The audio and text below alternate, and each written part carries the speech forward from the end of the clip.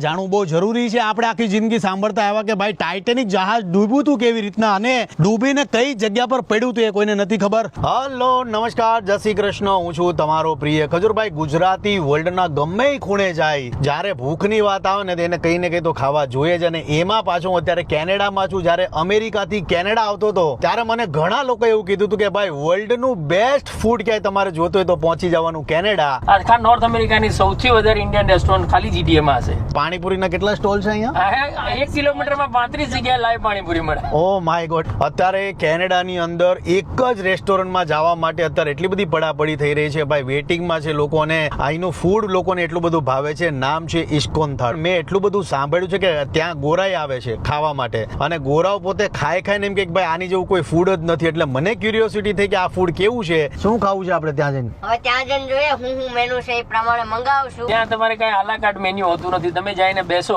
એટલે ઓછામાં ઓછી 25 થી 27 વાનગીઓ ટેબલ પર જમાડવામાં આવે. ભાઈ કેનેડામાં one of the best food તમારે ક્યાંય જોઈએ તો ભાઈ આ ઇસ્કોન થાળ છે. કરોડો લોકોએ આના વખાણ કર્યા છે. નામ છે એટલે નહીં ભાઈ, આમનું કામ એવું છે અને પ્રોડક્ટની આમ જોવા જાય તો ફૂડની ક્વોલિટી એવી છે. અંદર જઈને તમને રિવ્યુ આપીશ કે ભાઈ આ જગ્યા કેવી છે અને આનું ફૂડ કેવું છે.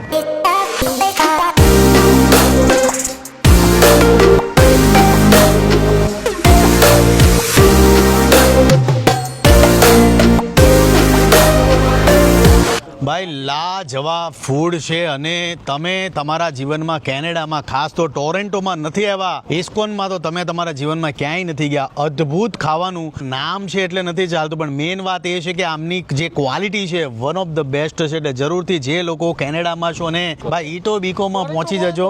સુપર ક્વોલિટી છે, બહુ મજા આવી. છેલ્લા 15 વર્ષથી જોવાની એટલી આતુરતા હતી. આજે ભગવાને ખબર નહીં અચાનક જ મને કહી દીધું કે તમારા દર્શન થઈ જશે. ક્યાં વાત છે ભાઈ. કેમ છો ભાઈ? મોટાભાઈ જય માતાજી. જય માતાજી. ભાઈ આમનું કેવું એવું છે કે ભાઈ અમેરિકા અને કેનેડાની અંદર જેનો બનેવી અહીંયા હોય એટલે એના શાળાઓને ભૂખે મરવાનો વારો નથી આવતો. 2 પેઢી સુધી. હે? 2 પેઢી સુધી. પાછી 2 પેઢી સુધી.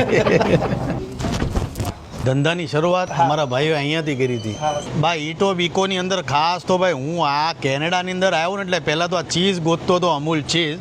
અને મને આ એમના સ્ટોરમાં ફ્રેશ ચોઇસ ઇન્ડિયન સુપર માર્કેટમાં મને આ મળી ગઈ છે અમૂલ ચીઝ. અહીંયા તો આમ તો ઓલમોસ્ટ એની બધી વસ્તુ મળે છે. ઓલમોસ્ટ બધી વસ્તુ મળે અહીંયા. કાજુ કતરી ભાઈ, રક્ષાબંધન કે તહેવાર દિવાળી હોય તો અહીંયા કાજુ કતરી મળે. બોલો, દાદા ફોટા પાડતા જાય છે ને સાથે કેમેરાની હેરો એને ભાઈ ચીઝ લઈ લીધું છે હાથમાં. જો તમે એટલે એમ તો બહુ શોખીન છે દાદા.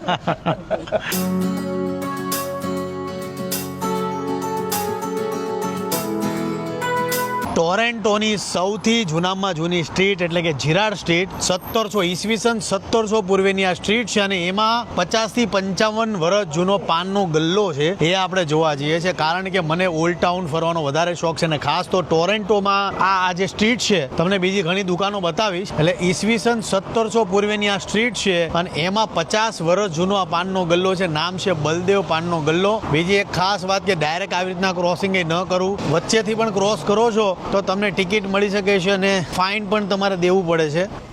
આ છે પાનનો ગલ્લો, બલદેવ પાન એન્ડ કોલ્ડ ડ્રિંક્સ. કેમ છો? મજામાં? જય માતા જય ભાઈ. આ આવો અંદર બતાવું તમને. ઓહો ભાઈ, આ બલદેવ પાન સેન્ટરમાં 35 વર્ષથી આ શું નામ તમારું? મહેશભાઈ કામ કરે છે ભાઈ 35 વર્ષથી અને આજે અમને પાન બનાવીને ખવડાવવાના છે. તમારો તો વિડીયો બહુ જોયો છે આપણે. અરે વાહ. લે, તમે ક્યાંથી છો? આમ હું ભાવનગર. ઓકે, બલદેવ સ્પેશિયલ પાન ખવડાવો.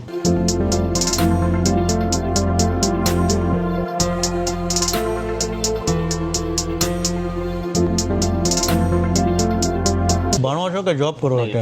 ભાઈ બે ભાઈઓ અહીંયા મળી ગયા, બે ટાલાળાના છે. ટાલાળાની તમે કેરીઓ તો ખાધી છે પણ અત્યારે આપણા ગુજરાતી ભાઈઓ અહીંયા સરસ મજાની જોબ કરે છે, મહેનત કરે છે. સોનું નિગમ છે.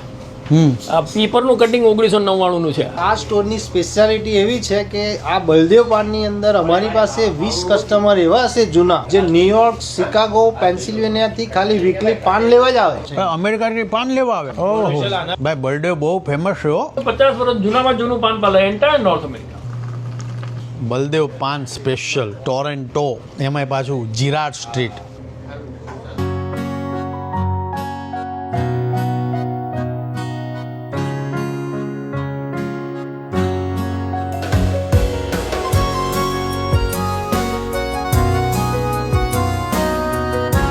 આપણે આખી જિંદગી ટાઇટેનિક વિશે સાંભળતા આવ્યા છીએ, ટાઇટેનિક મૂવી જોતા આવ્યા છીએ, પણ તમારામાંથી કે મારામાંથી કે ઘણા લોકોને એ નથી ખબર કે ભાઈ ટાઇટેનિક જહાજ ડૂબ્યું હતું કેવી રીતના અને ક્યાં ડૂબ્યું હતું, એ કોઈને નથી ખબર. અને ટાઇટેનિકની આ હેલિફેક્સ શહેર નોવા કોશિયા, કેનેડાનું નોવા કોશિયા જે સ્ટેટ છે એમાં હેલિફેક્સ શહેર છે, એની સાથે ટાઇટેનિકની શું છે કહાની, એ આપણે જાણવા માટે ખાસ આવ્યા છીએ. ટોરેન્ટોથી 18 કલાકની જર્ની કાપીને આવ્યા છે, એટલે કે 2000 કિલોમીટર કાપીને આ જગ્યા પર આવ્યો છું. આખી રાત ડ્રાઇવિંગ કર્યું છે, ટ્રાવેલિંગ વધારે હતું એટલે વધારે વસ્તુ નથી બતાવી, પણ ટાઇટેનિકની આ જે સ્ટોરી છે જાણવા જેવી છે.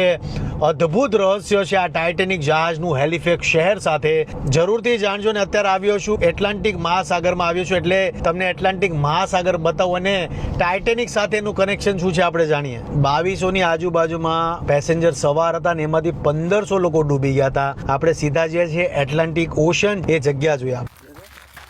જે પણ હિસ્ટ્રી લવર હોય એના માટે આ જાણવું બહુ જરૂરી છે. આપણે આખી જિંદગી સાંભળતા આવ્યા કે ભાઈ ટાઇટેનિક જહાજ ડૂબ્યું હતું કેવી રીતના અને ડૂબીને કઈ જગ્યા પર પડ્યું હતું એ કોઈને નથી ખબર. આ જગ્યા પર તમે જોશો તો તમને એક્ઝેક્ટ આઈડિયા આવશે કે આ છે એટલાન્ટિક ઓશન, વર્લ્ડનો મોટામાં મોટો મહાસાગર તમે કહી શકો એટલાન્ટિક ઓશન, જ્યાં હું અત્યારે આવ્યો છું. 15મી એપ્રિલ 1912ના દિવસે ટાઇટેનિક જહાજ છે નોર્થ એટલાન્ટિક ઓશનની અંદર એક મોટી બરફની ચટ્ટાન સાથે ભટકાય છે અને ભટકાઈને ત્યાંથી 400 માઇલ દૂર ન્યૂ ફોન્ડલેન્ડ કેનેડાની અંદર જહાજ આવીને ડૂબી જાય છે. ડૂબવાની સાથે સાથે 1500 લોકો એમાં ડૂબી જાય છે. 1500 લોકો ડૂબી અને અલગ અલગ જગ્યા પર આજે એટલાન્ટિક ઓશનના જેટલા કિનારાઓ છે એના અલગ અલગ શહેરોમાં જઈને ડેડ બોડી છે તરતી હોય છે. એમાંનું આ છે હેલિફેક્સ. હેલિફેક્સની અંદર ઓલમોસ્ટ 337 બોડી આવે છે, એમાંથી 119 બોડી છે એ દરિયાની અંદર જ દફન વિધિ એની કરવામાં આવે છે ને એમાંથી 209 બોડી હેલિફેક્સમાં આવે છે. અને હેલિફેક્સની અંદર 150 બોડીને અલગ અલગ જે કબ્રિસ્તાન છે દાટવામાં આવે છે. પણ તમે આજે કિનારો જોશો, આ કિનારા પર આવીને ટાઇટેનિક જહાજ જે ડૂબી ગયું હતું એમાં 1500 લોકો મરી ગયા હતા. એમાં 1500 માંથી ઓલમોસ્ટ 350 લોકો અહીંયાના અલગ અલગ હેલિફેક્સના અલગ અલગ શહેરોમાં આવીને તણાઈને આવ્યા હતા. એમાંથી 150 બોડી છે હેલિફેક્સ શહેરની અલગ અલગ ગ્રેવયાર્ડની અંદર દફનાવવામાં આવ્યા હતા. જે ટાઇટેનિક છે એ લંડનથી ન્યુયોર્ક જતું હતું, પણ ન્યુયોર્ક અને લંડનની વચ્ચે આ જે એટલાન્ટિક ઓશન છે, એટલાન્ટિક ઓશન છે જેમાં મોટી બરફની ચટ્ટાન સાથે આ જહાજ ટકરાય છે અને બધા લોકો ઓલમોસ્ટ 1500 લોકો એક્સપાયર થઈ જાય છે.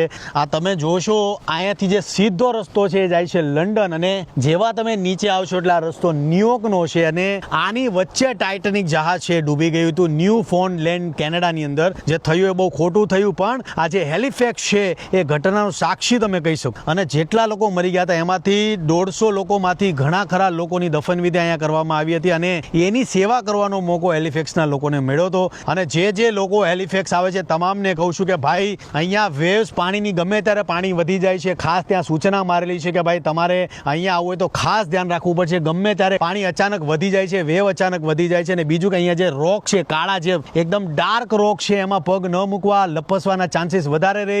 1-2 વર્ષ પહેલા આપણા ગુજરાતી ભાઈઓ, 2 ભાઈઓ અહીંયા નાવા આવ્યા હતા અને એમાંથી એક ભાઈ ડૂબીને એક્સપાયર થઈ ગયા હતા. એટલે જેટલા પણ મારા ગુજરાતી છે તમામને કહું છું કે આવી જગ્યા પર આવો તો ખાસ ધ્યાન રાખો. તમે આ પથ્થર છે એકદમ શાંત જોશો, પણ જેવું તમે આ જો ખૂણા પર જો એકદમ ડાર્ક રોક છે જે એકદમ લપસણો હોય છે, જેમાં લીલ જામેલી હોય છે, જેમાં તમારો પગ લપસે છે ને તમે સીધા પાણીની અંદર જતા રહો છો. એટલે ખાસ ધ્યાન રાખો. રીલ બનાવતા હોય, ફોટોગ્રાફી કરતા હોય, ખાસ તમારું ધ્યાન રાખજો. એટલાન્ટિક મહાસાગર નામ જ મહાસાગર છે અને અવાજ, આજે પ્રચંડ અવાજ પાણીનો સાંભળતા એક વાત ચોક્કસપણે કહેવાનું મન થાય કે એટલાન્ટિક ઓશન એકવાર જીવનમાં જરૂરથી જોવા આવવું જોઈએ. અવાજ તમે સાંભળશો ને એટલે તમને એવું ફીલ થાય કે ભાઈ પાણી કેમ ગર્જના કરતું હોય, એવો પ્રચંડ અવાજ આવે છે. આ જગ્યા પર તમે તમારા પરિવાર સાથે આવી શકો છો. હેલિફેક્સ શહેર જોવાલાયક શહેર છે. હવે આપણે સામે દીવા દાંડી છે, એ દીવા દાંડી આપણે જોઈ લઈએ.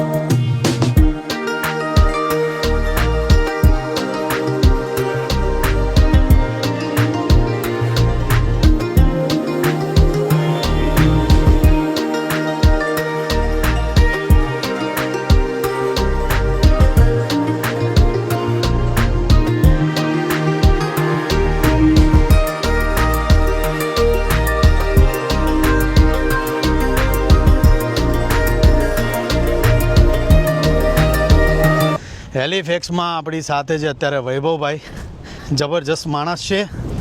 અને એમની એક વાત મને બહુ ગમી કે ભાઈ નાની ઉંમરમાં મારા ફાધર એક્સપાયર થઈ ગયા. એમના ફાધર નાની ઉંમરમાં એક્સપાયર થઈ ગયા અને નાની ઉંમરે જવાબદારી આવી ગઈ. મહેનતી છે, બસ કંઈ નહીં, શીખીએ છીએ થોડું ઘણું અમારા મોટા ભાઈ ખજૂરભાઈથી, બાકી ભગવાનની દયા. હેલિફેક્સ આમણે મને સજેસ્ટ કર્યું હતું કે ભાઈ ટાઇટેનિક જહાજ અહીંયા ડૂબી ગયું હતું અને તમારા જે પણ ચાહક છે એમને આ જગ્યા દેખાડવી બહુ જરૂરી છે. તમે કેમેરામાં કે મારા વ્લોગમાં ઘણી વસ્તુ જોઈ શકો, પણ ખરી અનુભૂતિ તમારે કરવી હોય તો તમે આ જગ્યા પર આવશો તો તમને ખબર પડશે. તમે અહીંયા આવો એટલે તમને અંદરથી એવું ફીલ થવા મળે કે ભાઈ આટલા લોકો એક્સપાયર જે થઈ ગયા બધા તણાઈના જગ્યા પર આવ્યા હશે ને એ કેવી ઘટના છે. અને અત્યારે હું અહીંયા આવું છું તો મને બધા વિચારો અત્યારે યાદ આવે છે કે ભાઈ કેવું થયું હશે એ સમયમાં. પાછળ તમે જે લાઇટ હાઉસ જોવો છો એ 1811માં 6 જર્મન ફેમિલીએ બનાવ્યું હતું આ ગવર્મેન્ટની ગ્રાન્ટ લઈને. જે લોકોને આ એટલાન્ટિક ઓશિયન જોવા આવવું હોય, આ લાઇટ હાઉસ જોવા આવવું હોય તો પેગિસ્કો ગામ છે. તમે હેલિફેક્સથી અડધો કલાકનો રસ્તો થાય છે. પેગિસ્કો કરીને એક નાનકડું ગામ છે જેની અંદર આ તમને લાઇટ હાઉસ અને બ્યુટીફુલ એટલાન્ટિક ઓશિયન તમને જોવા મળશે. તમે જે જગ્યા પર જોવો એ જગ્યા પર લોકેશન જ લોકેશન છે.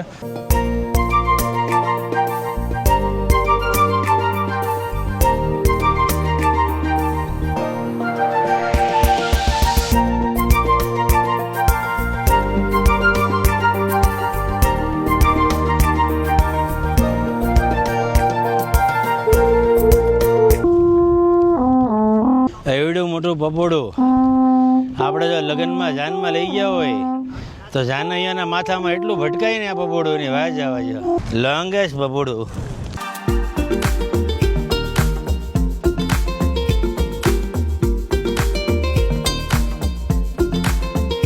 ટાઇટેનિક જહાજ જે ડૂબી ગયું હતું એમાં જેટલી મહિલાઓ છે, ચિલ્ડ્રન છે, માણસો એક્સપાયર થઈ ગયા હતા જહાજ ડૂબવાના કારણે, એ બધા આજે ટાઇટેનિક ગ્રેવયાર્ડ 150 લોકોની દફન વિધિ આ જગ્યા પર કરવામાં આવી હતી. ગ્રેવયાર્ડ આપણે જોવા આવ્યા છીએ. Now, folks, normally I do not find anything amusing in a cemetery.